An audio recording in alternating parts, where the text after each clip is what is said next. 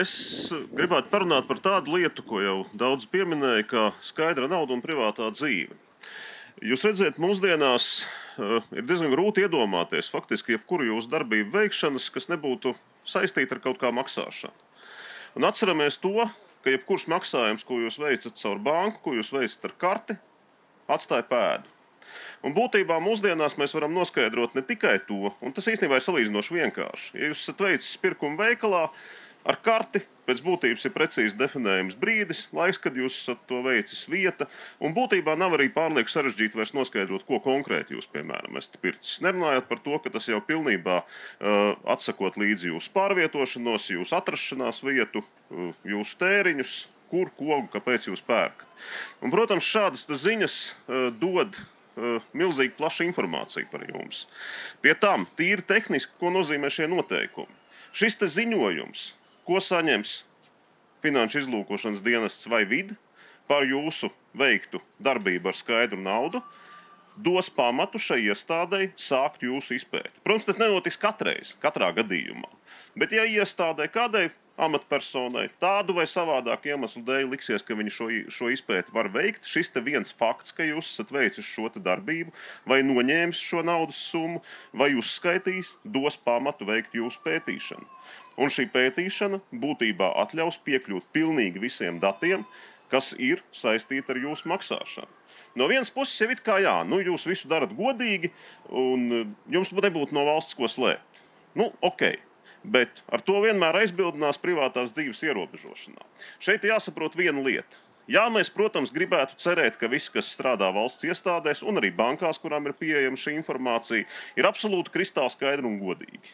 Bet, kā mēs zinām, un diezgan bieži dzīvē esam novērojuši, diemžēl tā nevienmēr ir.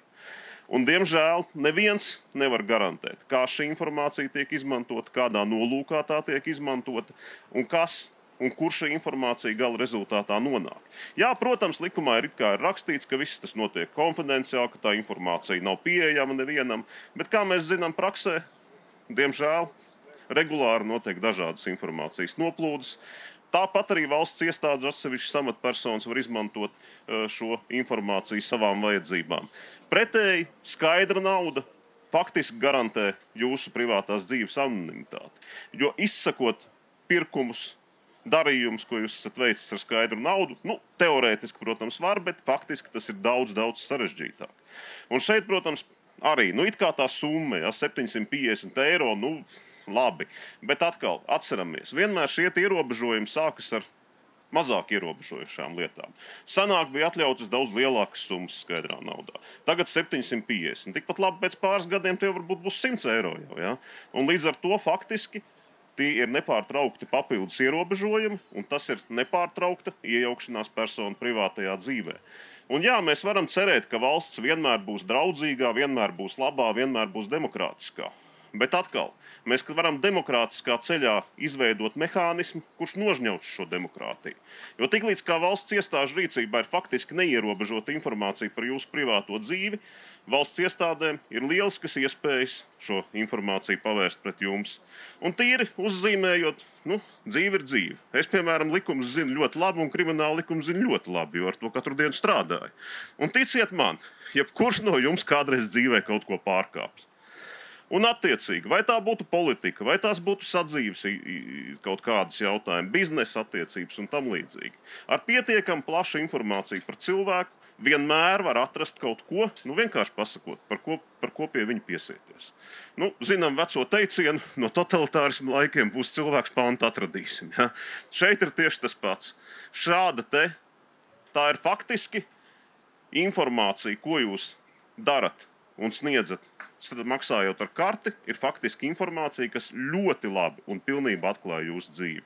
Un ja tiek aizvien samazināta šī iespēja jums darboties ar skaidru naudu, tas nozīmē, ka jūsu anonimitāte, ka jūsu privātā dzīve faktiski izzūd. Un pie nepieciešamības, ar tādu vienkāršu iemeslu, ka jūs noņēmāt bankomātā 750 eiro, valsts iestādei ir tiesības pētīt, vētīt katru jūsu soli, katru jūsu veikto pirkumu, katru jūsu veikto maksājumu Un tālāk jau, kā šī informācija tiks izmantot, to mēs nevaram zināt. Tāpēc arī, manuprāt, ir jābūt kaut kādai vienai robežai, un, manuprāt, šobrīd šī robeža jau tiek pārkāpta, kur nevar būt absolūta valsts kontrole pār personu privāto dzīvi. Personai ir jābūt pietiekam plašam logam, kurā tā var darboties tā, ka par viņu šīs ziņas nenonāk valsts iestāžu rīcībā. Jā, ir jāapkaro noziedznieki, ir jāmaksā nodokļi, ir jācīnās ar lielām naudas summām, bet ticiet man, mūsdienās vairs nelegālu naudu čemodānos, varbūt kaut kur, Dienvidamerikā, ja tur narkobaroni nesā, bet Latvijā lielās naudas summas, lielās noziedzīgās summas sen jau vairs nestaigā čemodānos. Viņas apgrozās kontos, offšoros un tā tālāk. Tas ir atkal cits stāsts.